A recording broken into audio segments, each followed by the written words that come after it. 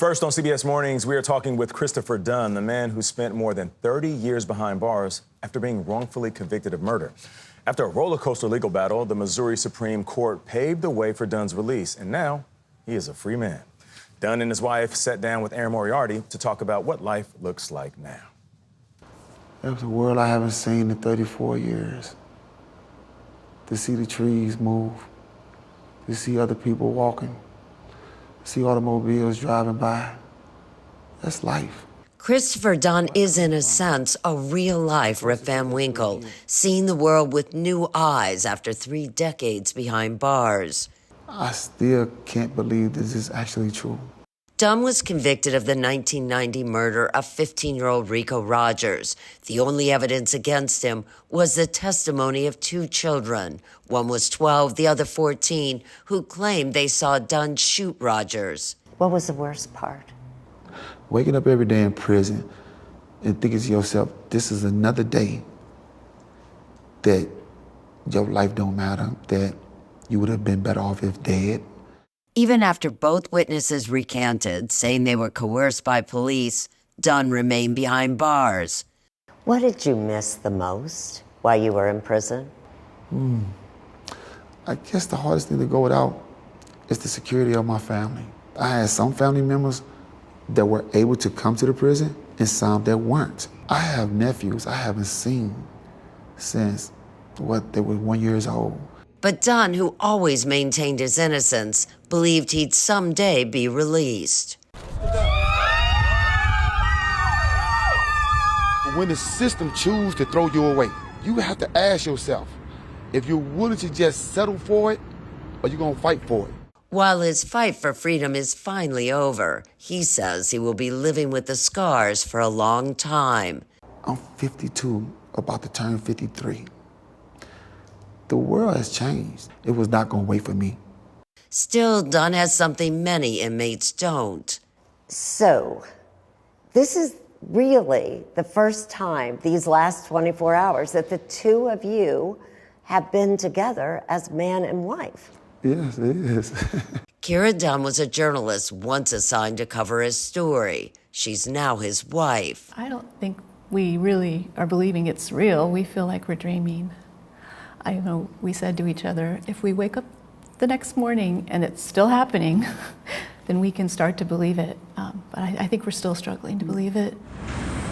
They will get to know each other as Dunn navigates an alien world.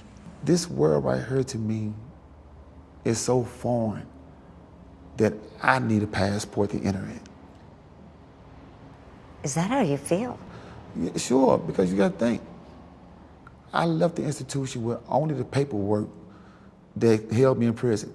They didn't give me nothing. That's all you own in the world. That's all. I know you haven't been out very long, but is there anything that has really surprised you? Yeah. When my wife gave me these things here, I looked at the price tag and it scared me. There's no way in the world I'd have paid this much money on a shirt, a pair of pants, and the shoes.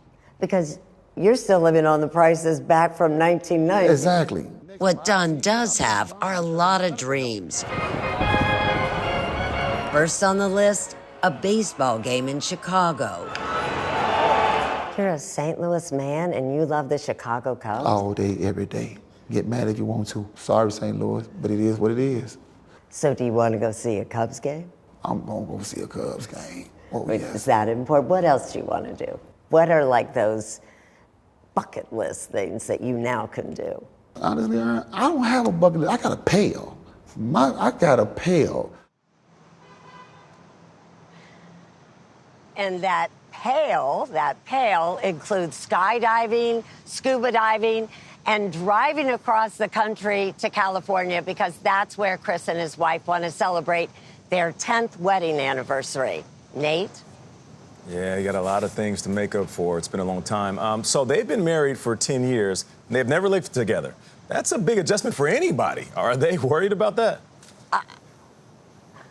They are aware. Of course, I pushed them a little bit on that, and they know the odds are against them. But they've been through so much over the last 10 years. They said that a few, and I'm quoting, a few dirty socks on the floor won't bother them. I'm hoping that's all they encounter. Aaron, you mentioned the underlying crime, Rika Rogers. What are your thoughts about where that now stands with these events? Oh, Major, that is really a sad part of this. Not only did Chris Dunn lose a major part of his life, but there was no justice for Rika Rogers. Whoever killed him that night went free. And so there's no justice for him either. It's a lose-lose here. You know, Aaron, you mentioned that he will be living with scars for a very long time from his time in prison and this whole experience. Did you feel as though that he's ready to just let go of that and really move on? Oh, I don't know, Christine, if you can do that easily. He's a very, very smart man. I've spoken to him extensively when he was also in prison.